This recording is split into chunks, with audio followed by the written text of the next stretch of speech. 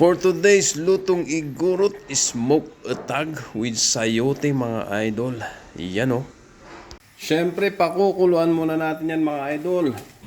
Yan, para mabawasan yung alat niya. Yan. Alright.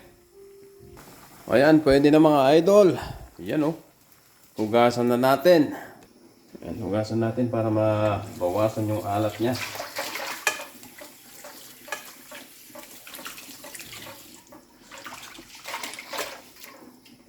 Alright. Bawang sibuyas natin mga idol. Kailangan may sibuyas yan para pampatigas. Ayan o. Matis ang luya mga idol. Mag-rechop natin yung ating golden atag. Yung malalaki. Ganito mga idol para mas masaya. Malalaki lang mga idol. Ayan o. Golden atag.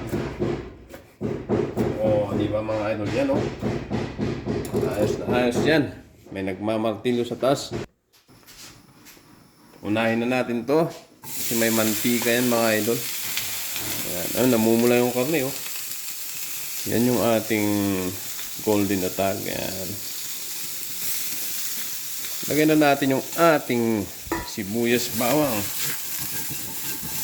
Mekos natin yan mga idol. Yan. Gisahin lang natin ng konti para mabango. Yan, mekos lang natin yan mga idol. Yan o. Ayan. O, diba? Woo! Napakasarap niyan. Ayan o. Ganyan palang ulam na mga idol.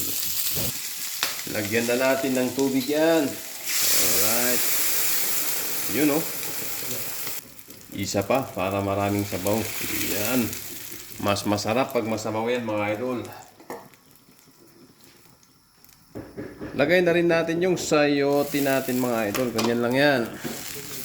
O, diba? Simpleng-simple. Lutong igurot. Yan, pero masarap mga idol. Iyan na mga idol. Malapit na. Yan yung ating golden atag with sayote. Yan. Yan na mga idol. Lagay natin yung ugsa. Siyempre, kailangan may ugsa yan. Ito yung ugsa na tinatawag ko. Yun o. Ugot ng sayote yun mga idol. Ayan.